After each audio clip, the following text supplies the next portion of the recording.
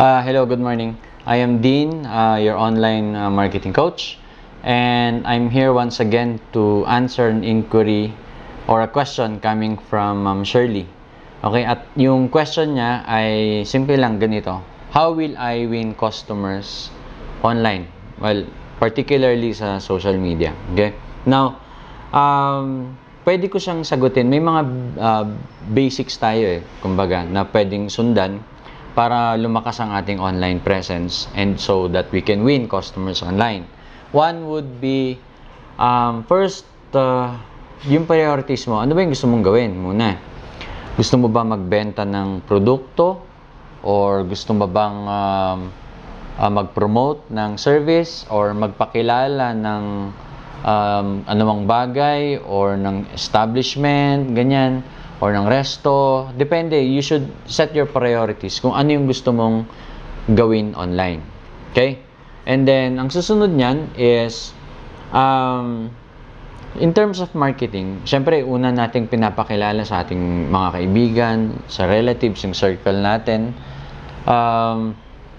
But always remember, hindi naman laging online. Okay? Kailangan yung offline na mga kakilala natin, sinishare din natin sa kanila.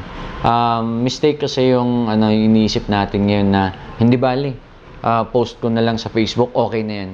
Actually, hindi ganun kailangan mo pa rin yung offline marketing. Okay? So, kailangan pagsabayin mo yung online tsaka offline marketing. Next, ano yung gusto mong gamitin sa pagpapakilala? Of course, social media nga, pero gusto mo ba nagdagan ng mga vlog, ng mga website, ganyan? Or gusto mong mag-post sa YouTube, okay? Or maggamitin ng Twitter or Instagram, okay? So, may maraming platforms kung saan pwede mong i-promote ang iyong online presence. Okay?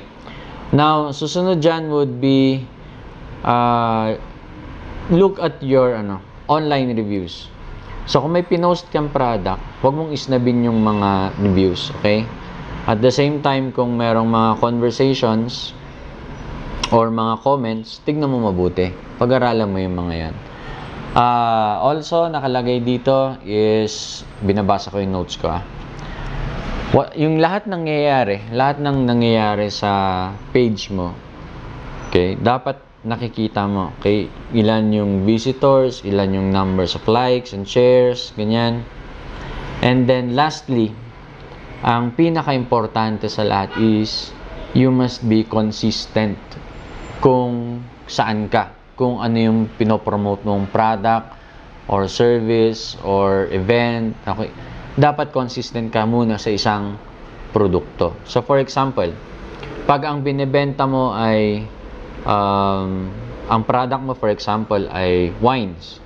So, mag-concentrate ka muna sa wines. Okay? Yun muna yung i-push mo na product online.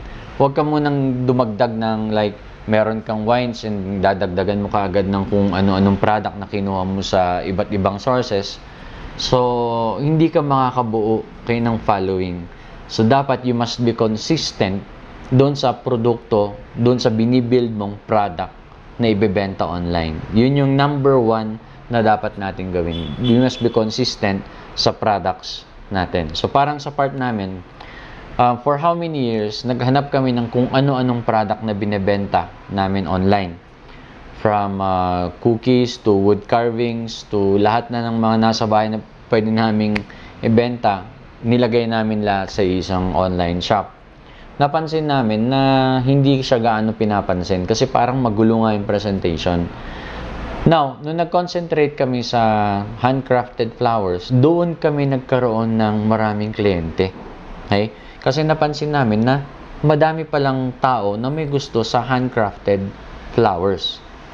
So yan, when we started to concentrate on that, we were consistent on marketing and sharing products na handcrafted. Okay? Nagkaroon kami ng following.